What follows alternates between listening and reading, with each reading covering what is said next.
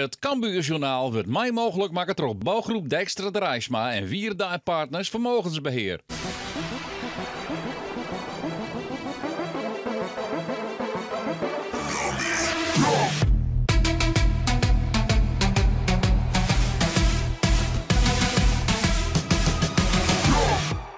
Welkom bij het eerste Cambuurjournaal van het nieuwe jaar. En Cambuur begint met een heel aardig potje. FC Volendam, de nummer 4, komt op bezoek in het Cambuurstadion. Trainer Henk de Jong is blij dat het na een toch wel kwarte winterstop alweer weer begint. Ja, zin aan. Echt een prachtige wedstrijd. Hoop meesten. Ik merk het aan de spelers en aan mijn trainers. Ja, we hadden er echt zin aan. Dus, en ik had vanmorgen zijn de jongens. Ja, wat 10 dagen vrij hebben, maar dat is alleen maar goed geweest. En oor gaat op hoogtestadion voor Rode Bloed te gaan. Dus wij gaan gewoon even vrij gaan. En daarna hebben we een week van trainen en dan hebben we op een moment even prikkelen. Maar ik net idioot, dus als wij op Tongersjoen je Feyenoord spelen kennen, een kwartier van Jon en Snijntje en Excelsior, dan kan ik mij 10 dagen rustig voetballen. Dus we hebben geen enkel excuus. Wij hadden zin in. De selectie van Cambuur is intact bleun in de eerste fase van de transferperiode.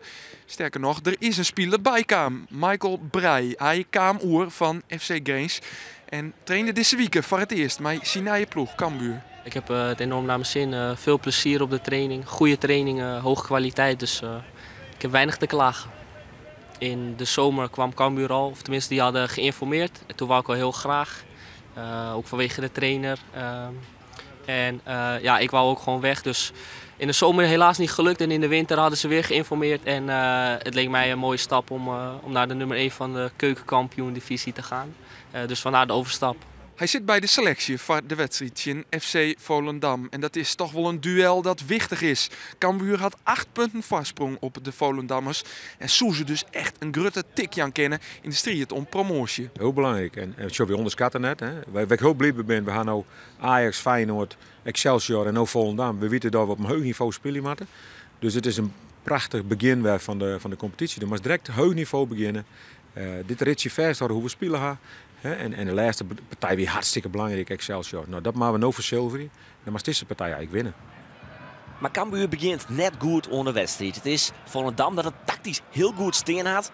En Cambuur die daar moeite mee had. Dit is een goede onval. Dodeman loopt weer rond op Murkin. Die de krijgt net bij in. Krijgt net die bal goed rekkend. En dus bleef het 0-0. Maar de kansen binnen in de beginfase absoluut voor Volendam. Dit is de Sander-minuut van het duel. Doken Smit shot er net geweldig uit. Goeie onval dan over de linkerkant.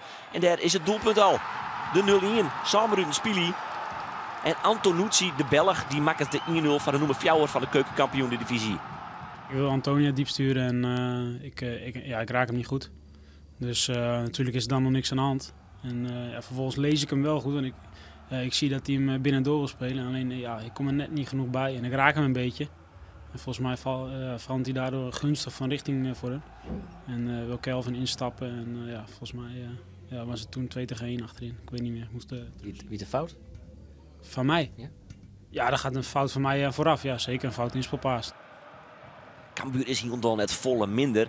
Maar op basis van de kansen is Volendam toch echt wel de betere ploeg. Ze zijn gevaarlijker, creëren meer mogelijkheden. En dit schot is heel erg knap. Ja, die vlak. Rekken ze de boetenkant van de peel. En dus had Cambuur gelokt dat het daar maar bloot bij 0-1. De ploeg van Henk de Jong had het moeilijk met de ploeg van deze man, Wim Jonk. De Ajax-speler had het tactisch heel goed stingend. Die maar zijn assistenttrainer Sipke Hulshoff van de West-Rijn. Dit is weer een goede onval. Dit keer over de rechterkant. Wordt ik weer aardig bij Vromline met Doken Smit. Werkt de bal uiteindelijk vast. Cambuur had misschien wel meer balbezit. Maar de kansen die komen er eigenlijk net van Cambuur. En dus was het hef van een counter zoals dit moment. Calon speelt wel weer een goede wedstrijd. Zet goed terug. En dan Robert Muren. Had een heel soort rond de vorm. Kind terugstomen onder de 16 meter gebied. En in goed doet Ellie. En er zit maar een hele meter niet op in de goal. De eerste echte dikke kans van Cambuur. Nou ja, dikke kans, aardige kans. Is dus in de 28e minuut.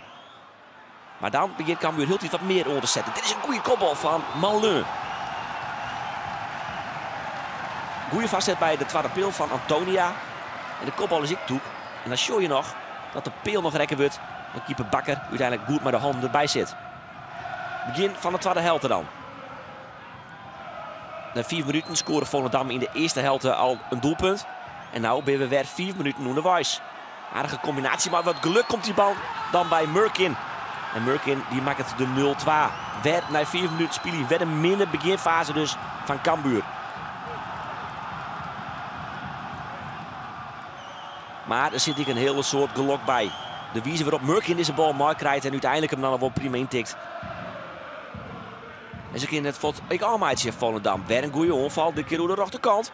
En de kopbal, helemaal vrij. Murkin kan de 3-0 maatje. En dan weet je echt zeker dat de wedstrijd beslist is. En hij beseft het hem zelfs ik. Helemaal vrij.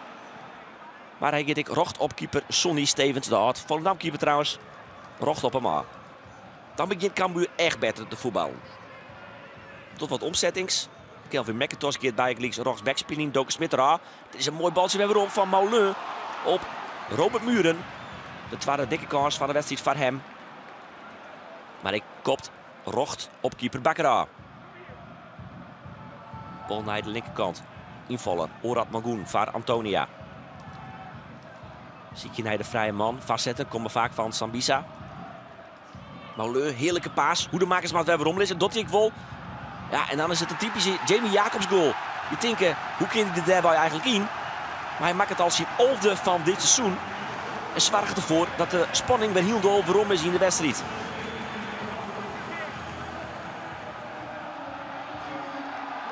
En wie de speaker dan nog want omroepen is dat er 2 inwunnen is, gaat Murkin hier al de 3 in op zijn pantoffel. Maar een goede redding van Sonny Stevens.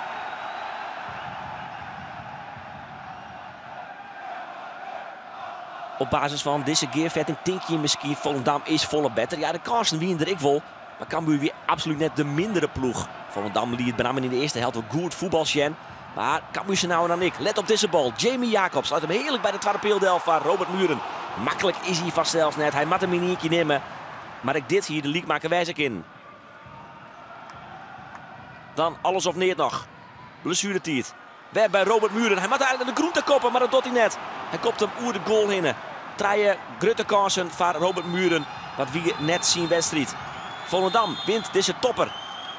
Maar 2-1 van Cambuur. En dan is de conclusie, nou ja, erin simpel. De ballen gingen er niet in. Ja, het is vrij simpel, maar ja, het spel was nog wel redelijk. We kwamen de eerste helft er dan niet echt lekker doorheen, omdat we vaak verkeerde keuzes maakten. Over welke kant we moesten opbouwen. Tweede helft hadden we wel wat meer grip. Laten we ook zeggen dat Volendam gewoon een heel aardige ploeg heeft, dus dat voorop. En die zijn gewoon heel gevaarlijk in de omschakeling. En die maken vroeg de 1-0, dat is natuurlijk wat ze willen. Ja, dan gaan we op zoek. We krijgen kansen en ja, 2-2 zat er niet in. Hadden we misschien wel verdiend. Waarom verlies je hem deze wedstrijd? Ja, uiteindelijk omdat Volendam 1 doelpunt meer maakt. Echt, ja? Ja, dus ik denk dat dat de reden is. En ik denk dat we wel kansen hebben gecreëerd. Ik denk dat we een paar kansen tegen hebben gehad en daarvan maken zij 2. Ik denk dat zij effectiever waren en we kunnen onszelf zeker verwijten. Ik ben natuurlijk net gek. Ik weet dat we goed voetballen. En ik zeg steeds, we zijn er goed voor. En we proberen te promoveren. Zit ik net oorroepen. Maar ik ga net doordroeien en zeg maar even kampioen weer. Of het gebeurt even zo. Nee, gewoon rustig bloed. En daar had Henk de Jong voor zelfs ook gelijk in. Want de vastsprong van Cambuur is op de noemer 3 en 4. De Graafschap en Volendam nog altijd 4 punten. Jong Ajax kan dit weekend nog een wedstrijd inhalen. En als ze maar meer dan 3 doelpunten verschil winnen, worden ze eerst in deze pool. Maar die doggen vanzelfs net maar om promotie. Volgende week vreed speelt het Cambuur weer een wedstrijd. Dit keer uit. Zien de nummer 18 Topos. Ons af hier dit eerste Cambuurjournaal van 2020. Dierentank voor het Sjen. Na een week ben we er weer. Dan speelt het Cambuur weer op Vrete Jong. De uitwedstrijd Sjen Topos. En dan is er op Sneun dus weer een nieuw Cambuurjournaal.